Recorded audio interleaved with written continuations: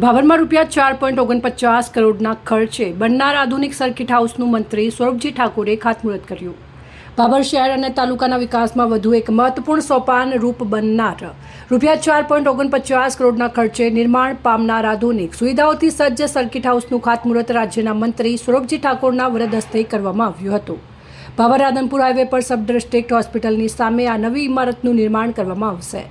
આ પ્રસંગે મંત્રીએ જણાવ્યું હતું કે નવા સર્કિટ હાઉસના નિર્માણથી સરકારી અધિકારીઓ, મહાનુભાવો તેમજ વિવિધ શાસકીય કામગીરી માટે આવતા લોકો માટે ઉત્તમ સુવિધાઓ ઉપલબ્ધ બનશે। આધુનિક માળખાકીય સુવિધાઓથી સજ્જ આ સર્કિટ હાઉસ ભાભર વિસ્તારના વિકાસમાં મહત્વપૂર્ણ યોગદાન આપશે।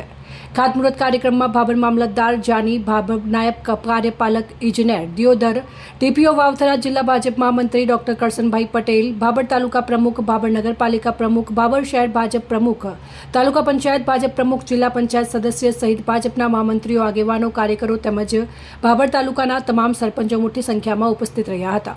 કાર્યક્રમ દરમિયાન ઉપસ્થિત મહાનુભાવોએ વિકાસલક્ષી યોજનાઓને ગતિ આપવા માટે રાજ્ય સરકારની પ્રતિબદ્ધતાની પ્રશંસા કરી। ભાભર તેમજ આસપાસના તાલુકાઓમાંથી મોટી સંખ્યામાં લોકો કાર્યક્રમમાં જોડાયા। નવા સર્કિટ હાઉસના નિર્માણને આવકારી આનંદ વ્યક્ત કર્યો હતો। આ સર્કિટ હાઉસના નિર્માણથી ભાભર શહેરને નવી ઓળખ મળશે તેમજ વહીવટી અને સરકારી કામગીરી માટે જરૂરી આધુનિક સુવિધાઓ એક જ સ્થળે ઉપલબ્ધ બનશે।